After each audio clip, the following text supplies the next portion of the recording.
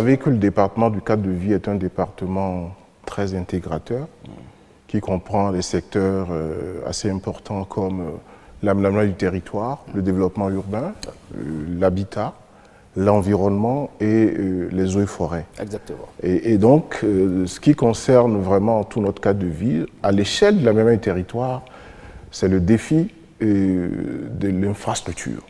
En termes d'infrastructures de toutes sortes, interurbaines, intra-urbaines, de différentes natures routières et consorts.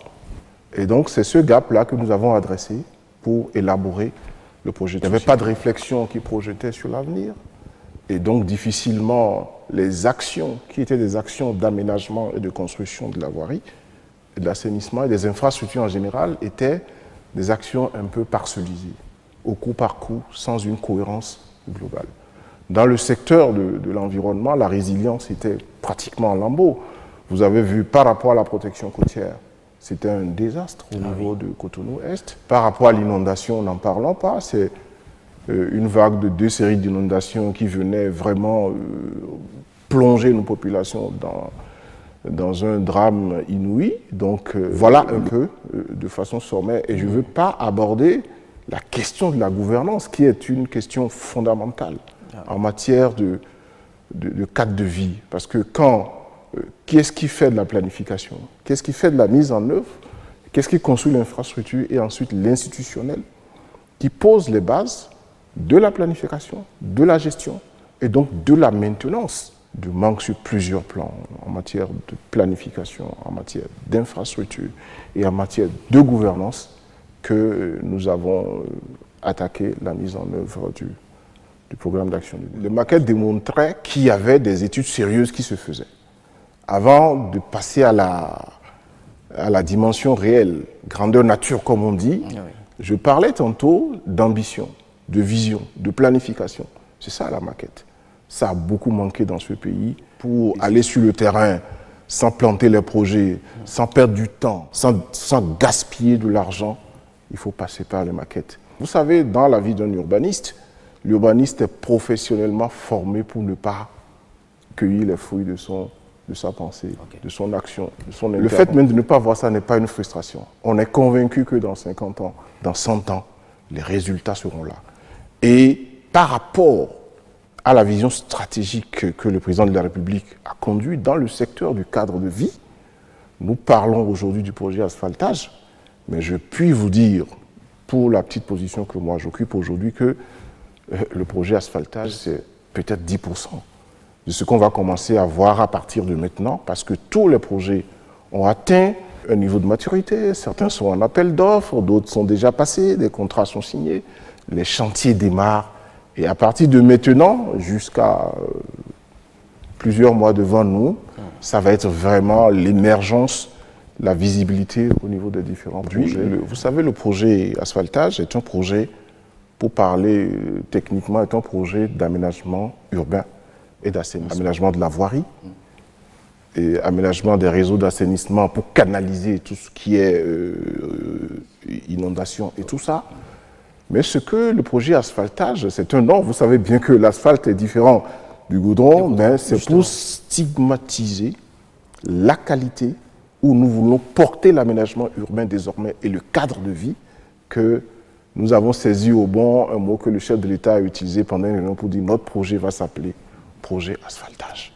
C'est de l'aménagement urbain, donc du revêtement de la voirie, c'est de l'assainissement, mais c'est également un certain nombre de lots spécifiques complémentaires comme l'éclairage public. Nous avons plus de 15 000 lampadaires solaires sur les 195 kilomètres de voirie qui constituent la première phase. Pour ceux qui ont vu la voie qui dessert le site du pèlerinage des Paix, les lampes sont posées.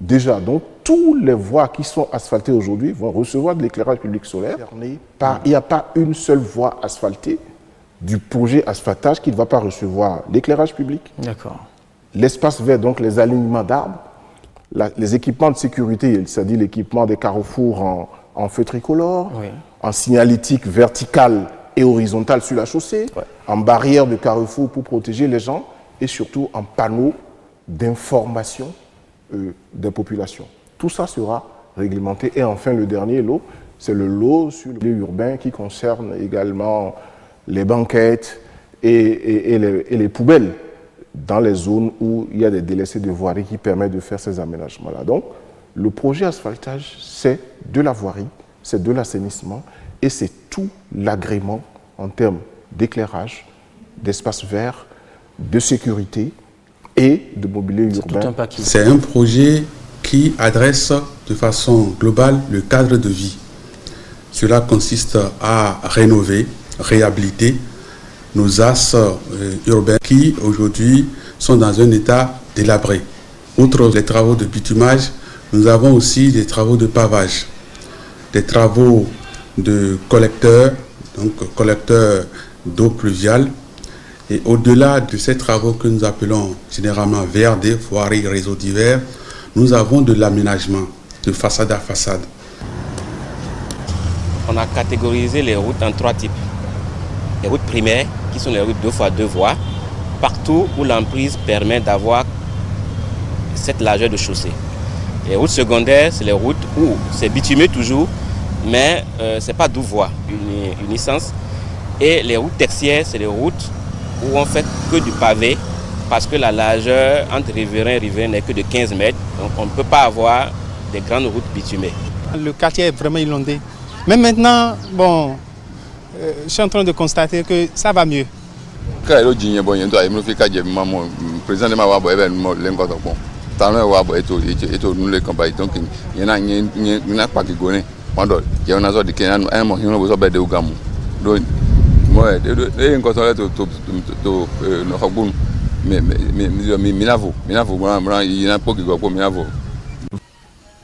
À Porto-Novo ici, on se sent oublié complètement.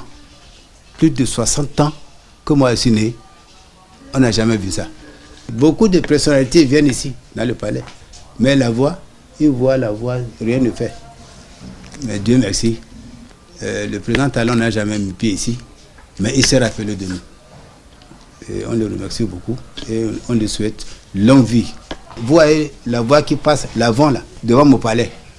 Vous voyez comment c'est? Nous prions Dieu pour que le chef de l'État se souvienne de nous. C'est à cause de la voie là que j'ai vendu ma voiture.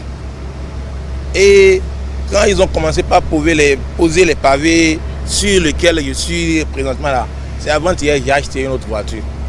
C'est vrai que je ne vais pas amener ça à la maison parce que les travaux ne sont pas encore finis. Mais je préfère déjà acheter ma voiture et quand ils vont terminer, je serai parmi les premiers qui vont circuler sur les nouveaux pavés. Monsieur le Président Patrice Talon, ce temps-là, vraiment moi je veux dire que vraiment c'est un temps de miracle pour nous dans le quartier. Parce que ça nous rendit heureux et puis notre quartier est joli maintenant à voir. Celui qui a voyagé 25 ans après, s'il vient dans le quartier aujourd'hui, va dire que oui, qu'on a trouvé un bon président. Alhamdulillah, je remercie Allah Tout-Puissant que j'ai la santé, j'ai grandi dans le quartier et j'ai vu tout ça là dans le quartier. L'élément premier d'un développement passe par les infrastructures routières. Quand il y a les infrastructures routières, les opérateurs économiques ont la volonté de venir s'installer dans cette ville. Et en s'installant dans cette ville, ils créent de l'emploi. Regardez ce qu'ils font aujourd'hui par ces voies, ces nombreuses voies qui sont en train d'être bitumées. Les enfants de Porto-Novo trouvent du boulot. Au moins, ça règle un problème de développement. En même temps, ça règle un problème de chômage. Il faut comparer les 3 ans et demi de Talon aux 29 ans qu'a connu de 90 à ce jour notre pays. Mais c'est formidable. Donc les gens sont conscients de ce que fait Talon pour le Bénin. Et Talon est une chance pour le Bénin. Pour nous, Porto-Novo est emblématique. Ouais. Et tout le monde conviendra qu'aujourd'hui, quand on parle de recouvrer les attributs d'une capitale politique, ça devient concret. Exactement. Avec Porto-Novo.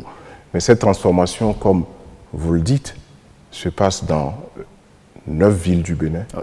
Qui ont quadrillé tout le territoire national. Le visage de Porto-Novo a changé en fait. Les voies,